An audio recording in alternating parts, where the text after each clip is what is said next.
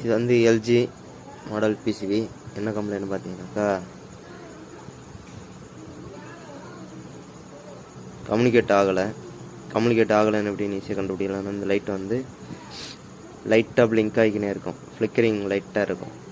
அதை வச்சு கண்டுபிடிச்சிடலாம் இந்த போர்டு வந்து கம்யூனிகேஷன் வந்து ஆகலை. சரிங்களா? நம்ம இதை செக் பண்ணிவிட்டு என்ன கம்ப்ளைண்ட்னு சொல்லிட்டு பார்க்கலாம்.